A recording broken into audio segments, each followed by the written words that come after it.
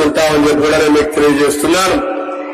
కోటలు తీసుకుంటామని చెప్పి కూడా నేను మీకు హామీ ఇస్తున్నా. ఇవే కాకుండా ఈరోజు మూడోది చూస్తే దీపం కింద 3 గ్యాస్ సిలిండర్లు ఉచితంగా ఇస్తాం. 3 గ్యాస్ సిలిండర్ల వల్ల పేదవాళ్ళందరూ మళ్ళా గ్యాస్ వాడుకునే పరిస్థితికి వస్తారు. ఇవే కాకుండా ఆర్టీసీల్లో ఉచిత ప్రయాణ సౌకర్యం ఏర్పాటు చేస్తాం. అటు కేంద్రం ఇటు రాష్ట్రం ఇచ్చే ఎన్నికల మేనిఫెస్టో వల్ల మహిళలకు ఎనలేని ప్రయోజనం వస్తుంది. ఈ విషయం మీరు గుర్తుపెట్టుకోవాల్సిన అవసరం ఉంది. సమర్థవంతమైన నాయకత్వం ఉంటే, కేంద్ర సహకారం తీసుకుంటే మన మహిళలకు గాని సమాజానికి గాని చాలా మంచి జరిగే పరిస్థితి వస్తుంది. ఈ విషయంలో మీరందరూ కూడా ప్రజల్లోకి తీసుకుపోవాల్సిన అవసరం ఉంది. రెండోది గుర్తుపెట్టుకోవాలి, ఈరోజు కేంద్రం యువత కోసం పనిచేస్తా ఉంది. ఇక్కడ పెట్టుబడులు తరివేశాడు. ₹1 పెట్టుబడి రాలేదు, డిఎస్సి పెట్టలేదు. అందుకే యువగలం కింద ఒక హామీ ఇచ్చారు. తెలుగుదేశం వస్తానే, కూటమి వస్తానే మొదటి సంతకం మెగా డిఎస్సికే పెడతామని మీ అందరికీ హామీ ఇస్తున్నా. ఇది కాకుండా 20 లక్షల ఉద్యోగాలు 5 ఏళ్లలో ప్రతి సంవత్సరం 4 లక్షల ఉద్యోగాలు క్రియేట్ చేసే బాధ్యత మాది.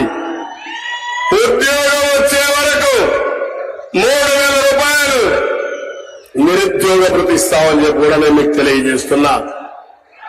ఈరోజు దీనివల్ల నిర్వీర్యమైనటువంటి యువత వాళ్ళ భవిష్యత్తు బంగారు భవిష్యత్తు అవుతుంది.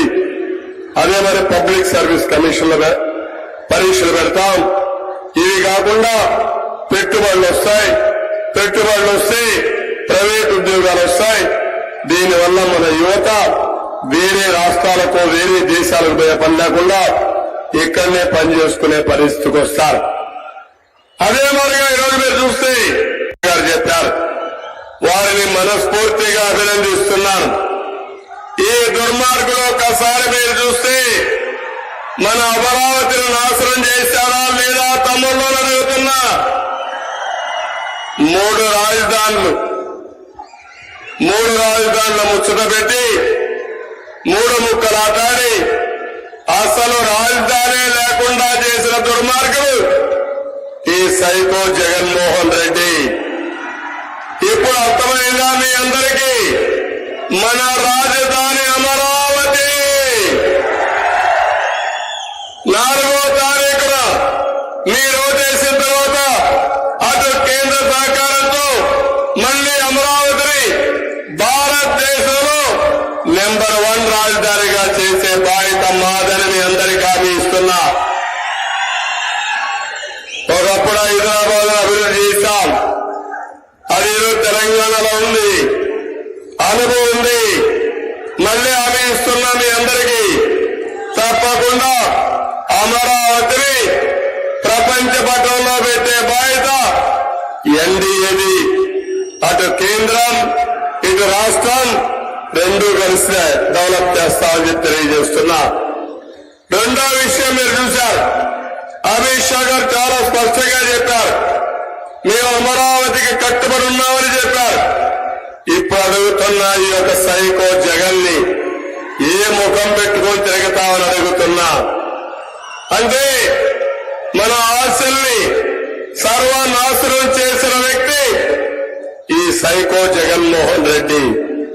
నేను అడుగుతున్న తమ్ముల్ని, నేను అడుగుతున్న ఆడబిడ్డల్ని, ఈరోజు మీరు ఆలోచించండి. 10 ఏళ్ల తర్వాత మీ రాజధాని ఏదంటే రాజధాని పేరు చెప్పలేని దౌర్భాగ్య స్థితికి మనం వచ్చేసాం. అందుకే ఈరోజు మనందరం కూడా ఆలోచించుకుని మళ్లీ అమరావతి నిర్మాణం కోసం ఎన్డీఏ కోటేమని ఇక్కడ నిలబడిన అభ్యర్థులు ఒక పక్క సత్యకుమార్, ఇంకో పక్క పార్థ సారథి. ఆ విషయం కూడా నేను లాస్ట్ మీద మాట్లాడతాను. ఇంకో పక్క మీరు ఒకసారి చూస్తే ఈరోజు రాష్ట్రంలో పోలవరం మీద ఒక నిర్దిష్టమైన హామీ చెప్పారు. మొన్ననే ప్రధానమంత్రి గారు మీడియా ఇంటర్వ్యూ ఇచ్చినప్పుడు మేము పోలవరాన్ని కట్టుబడి ఉన్నాం, పోలవరాన్ని పూర్తి చేస్తానని చాలా స్పష్టంగా చెప్పారు. ఇప్పుడే అమిత్ షా గారు మాట్లాడినప్పుడు అవినీతికి పాల్పడి పోలవరం డిలే అయింది, మళ్లీ దీన్ని పూర్తి చేసే బాధ్యత మాదని చాలా స్పష్టంగా హామీ ఇచ్చారు. తమను ఇక్కడుండే మీరందరూ గుర్తుపెట్టుకోవాలి, మళ్లీ పోలవరం పూర్తయి అందరినీ పూర్తి చేసి ప్రతి ఎకరాకు ఈ అనంతపురంలో నీళ్లిచ్చే బాధ్యత మాదని మీ అందరికీ హామీ ఇస్తున్నా. ఈ రోజు ఒక్క విషయం ఆలోచించండి. ఆ రోజు మన అందరినీ పూర్తి చేశాం, గొల్లపల్లి రిజర్వాయర్ పూర్తి చేశాం. గొల్లపల్లి రిజర్వాయర్ పూర్తి చేస్తే కియా మోటార్ వచ్చి ఇక్కడ ఇండస్ట్రీ పెట్టే పరిస్థితికి వచ్చారు. అదే గాని నీళ్లు కానొచ్చుంటే ప్రతి ఎకరాకు నీళ్లు ఇస్తే, ప్రతి ప్రాంతానికి నీళ్లు ఇస్తే పోతే అనంతపురం జిల్లా బ్రహ్మాండంగా ముందుకెళ్లేది. అలాంటి ప్రాజెక్ట్ ని గోదావరిలో కలిపేసిన దుర్మార్గుడు ఈ సైకో జగన్ అని చెప్పి కూడా నేను మీకు తెలియజేస్తున్నా. నేను అడుగుతున్నా, రాయలసీమలో మేము అడిగాం, సమాధానం చెప్పలేదు. ఈరోజు బాధ్యత కలిగినటువంటి దేశంలోనే హోంశాఖ మంత్రులు ఒక మాట అడిగారు, రాయలసీమకు ఏం చేశారో, అన్యాయం చేశారని చాలా స్పష్టంగా చెప్పారు. ఇప్పుడు నేను అడుగుతున్నా, సమాధానం చెప్పే ధైర్యం ఈ జగన్ కుందా అని అడుగుతున్నా. రాయలసీమ ద్రోహి ఈ జగన్మోహన్ రెడ్డి అవునా కాదా తమ్ముళ్ళు మిమ్మల్ని అడుగుతున్నా. 5 ఏళ్లలో ఒక్క ప్రాజెక్టు ₹1 ఖర్చు పెట్టారా మీ ఊళ్ళో? అనంతపురంలో పెట్టారా అని అడుగుతున్నా. కొద్దిగా వాల్యూమ్ పెంచాలి, కొద్దిగా వాల్యూమ్ పెంచు.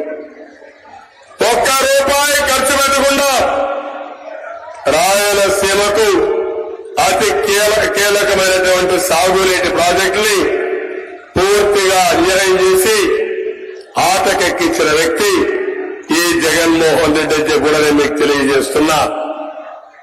ఇంకొక మీరు చూస్తే పోలవరం పూర్తి చేస్తాం, నదుల అనుసంధానం చేస్తాం, గోదావరి నుంచి మిగులు జలాలని చివరి భూముల వరకు తీసుకొచ్చే బాధ్యత మేము తీసుకుంటామని చెప్పి కూడా నేను మీకు తెలియజేసుకుంటున్నాను. ఇప్పుడే మోడీ గ్యారంటీ కింద ఏమేమి ఇస్తున్నామో చాలా స్పష్టంగా అమిత్ షా గారు చెప్పారు.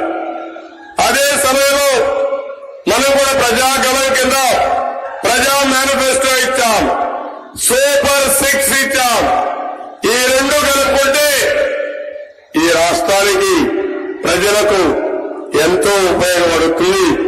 ఆ విషయం కూడా మీరు గుర్తుపెట్టుకోవాల్సిన అవసరం ఉంది. ఈరోజు నేను ఒక మాట చెప్పాను, ఏ విధంగా భవిష్యత్తులో అనుసంధానం చేస్తామో ఒక్క ఉదాహరణ మహిళలు. ఈరోజు మీరు ఒక్కసారి చూస్తే ఎప్పుడో డాక్రా సంఘాలు పెట్టాం. ఈరోజు ఆ డాక్రా సంఘాలని నరేంద్ర మోడీ గారు 3 కోట్ల మందిని లక్షాధికారులు చేసి ఎన్నికల మేనిఫెస్టో ఆయన మోడీ గ్యారంటీ కింద ఇచ్చారు. మన దగ్గర ఎక్కువ మంది మహిళల్ని లక్షాధికారులు చేసుకునే అవకాశం ఉంది. రెండోది ఎప్పటి నుంచే పోరాడుతున్నాం, చట్టసభల్లో మహిళలకు 33% రిజర్వేషన్ రావాలని. ఆ కళ ఈరోజు సాఫల్యం అవుతా ఉంది. ఈ రెండే కాకుండా ఇక్కడికి వచ్చినప్పుడు మనం క్లియర్ గా మహాశక్తి కింద ప్రతి ఒక్క మహిళకి ₹1,500 నెలకు, అంటే సంవత్సరానికి 18,000, 5 ఏళ్లలో ₹90,000 ప్రతి మహిళకి ఇస్తాం. ఇంట్లో ముగ్గురుంటే 2,70,000 వాళ్ళ ఇంటికి చేరే పరిస్థితి వస్తుంది. ఇంకో పక్క తల్లికి వందనం కింద ఒక బిడ్డ ఉంటే 15,000, ఇద్దరుంటే 30,000,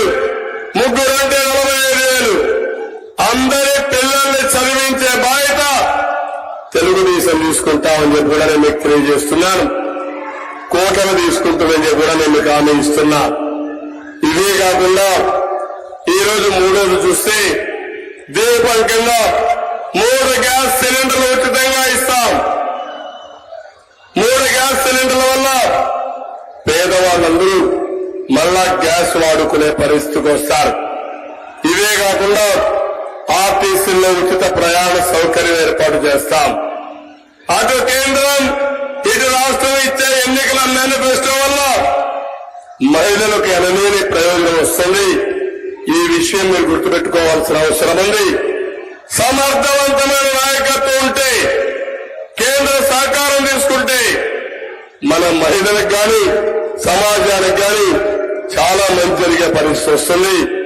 ఈ విషయంలో మీరందరూ కూడా ప్రజల్లోకి తీసుకుపోవాల్సిన అవసరం ఉంది.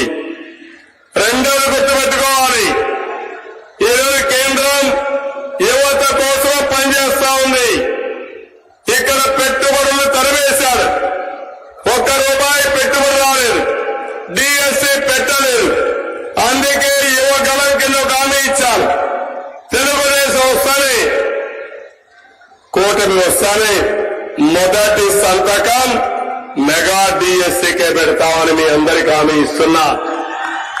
ఇది కాకుండా 20 లక్షల ఉద్యోగాలు 5 ఏళ్లలో ప్రతి సంవత్సరం 4 లక్షల ఉద్యోగాలు క్రియేట్ చేసే బాధ్యత మాది. ఉద్యోగం వచ్చే వరకు ₹3,000 నిరుద్యోగ భృతి ఇస్తామని చెప్పి కూడా నేను మీకు తెలియజేస్తున్నా. ఈరోజు దీనివల్ల నిర్వీర్యమైనటువంటి యువత వాళ్ళ భవిష్యత్తు బంగారు భవిష్యత్తు అవుతుంది. అదే మరి పబ్లిక్ సర్వీస్ కమిషన్ల పరీక్షలు పెడతాం. ఇవి కాకుండా పెట్టుబడులు వస్తాయి. పెట్టుబడులు వస్తే ప్రైవేట్ ఉద్యోగాలు వస్తాయి. దీనివల్ల మన యువత వేరే రాష్ట్రాలకు వేరే దేశాలకు పోయే పని లేకుండా ఇక్కడనే పని చేసుకునే పరిస్థితికి వస్తారు. అదే మరిగా ఈరోజు మీరు చూస్తే కేంద్రం ₹6,000 రైతుకు ఆర్థిక సహాయం చేస్తున్నారు.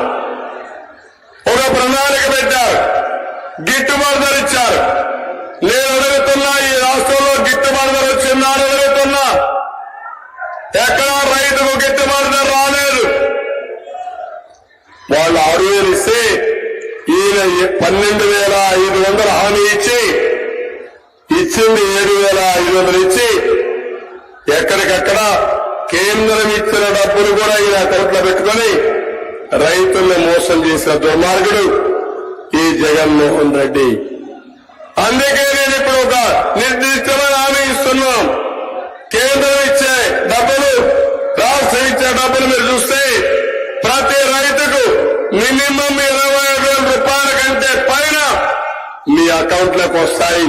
అది చేసే బాధ్యత మారి సాగునీటి ప్రాజెక్టులు పూర్తి చేస్తాం.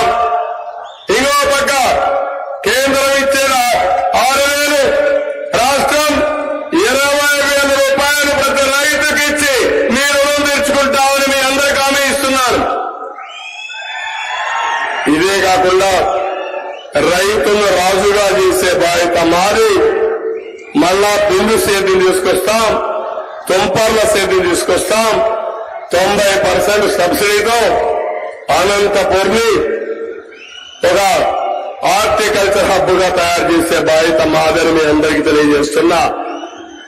ఇదే కాకుండా ఈరోజు మీరు ఒక్కసారి గుర్తుపెట్టుకుంటే పెన్షన్ మీరు ఒక్క వృద్ధులు గాని వికలాంగులు గాని అందరూ ఆలోచించుకోవాలి. మొట్టమొదటిసారిగా పింఛను పెట్టింది గౌరవనీయులు నందమూరి తారక రామారావు గారు.